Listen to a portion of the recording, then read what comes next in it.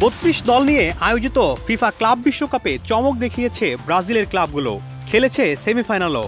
Saudi আরবের club উঠে এসেছে কোয়ার্টার ফাইনালে। অন্য অঞ্চলের ক্লাবের কাছে ধরাশায়ী হতে দেখা গেছে ইউরোপিয়ান ক্লাবগুলোকে। তবে শেষ পর্যন্ত ফাইনালটা হতে যাচ্ছে দুই ইউরোপিয়ান ক্লাবের মধ্যেই। নিউ জার্সির দৃষ্টিনন্দন ম্যাটলাইফ স্টেডিয়ামে ম্যাচটি অনুষ্ঠিত হবে আজ রাতেই। বাংলাদেশ সময় দিবাগত রাত ১টায় ক্লাব বিশ্বকাপের মহারণে মুখোমুখি হবে পিএসজি ও চেলসি। ফাইনালে উপস্থিত থাকার কথা রয়েছে স্বাগতিক যুক্তরাষ্ট্রের প্রেসিডেন্ট ডোনাল্ড ট্রাম্পের আগমন উপলক্ষে ভেন্যুতে নেওয়া হচ্ছে বাড়তি নিরাপত্তা। চলমান এই বিশ্বকাপ জুড়ে অতিরিক্ত গরম, খেলায় হঠাৎ বিঘ্ন ঘটানো, যুক্তরাষ্ট্রের প্রতিকূল আবহাওয়া, টিকিটের মাত্রাতিরিক্ত দাম এবং বেশ সমালোচনা হয়েছে দর্শক খরা নিয়ে। সবকিছু পাশ কাটিয়ে হতে যাচ্ছে আলোচিত এই বিশ্বকাপের ফাইনাল। আগামী বছর ফুটবল বিশ্বকাপ হবে যুক্তরাষ্ট্র, মেক্সিকো ও কানাডাতে। বেশিরভাগ ম্যাচই হবে যুক্তরাষ্ট্রে।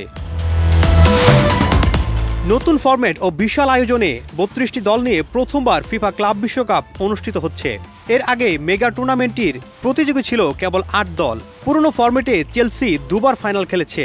২০১২ আসরে স্বপ্ন ভঙ্গ হলেও ২০২১ সালে চ্যাম্পিয়ন হয় ব্রাজিলিয়ান ক্লাব পালমেরাসকে হারিয়ে। বিপরীতে পিএসজি এবারই প্রথম ক্লাব বিশ্বকাপের ফাইনাল খেললেও ফেভারিট তারাই। পিএসজি ও চেলসি এর আগে সবশেষ মুখোমুখি হয় ২০১৬ সালের চ্যাম্পিয়ন্স লিগে। সেবার দুই দেখাতেই জিতেছিল পিএসজি। দুই দলের ৮ দেখায় পিএসজি জিতেছে ৩টি, চেলসি জেতে ২টিতে আর ড্র হয় ৩টি ম্যাচ। মৌসুম জুড়ে দুর্দান্ত সময় কাটানো পিএসজি ক্লাব বিশ্বকাপেও দেখিয়েছে নিজেদের উড়ন্ত ফর্ম। সব ম্যাচেই দাপট ছিল ডেম্বেলে, রুইজ, হাকিমিদের। আসরের সফল ও অন্যতম ফেভারিট রিয়াল মাদ্রিদকে ৪-০ গোলে বিধ্বস্ত করে ফাইনালে ওঠে তারা।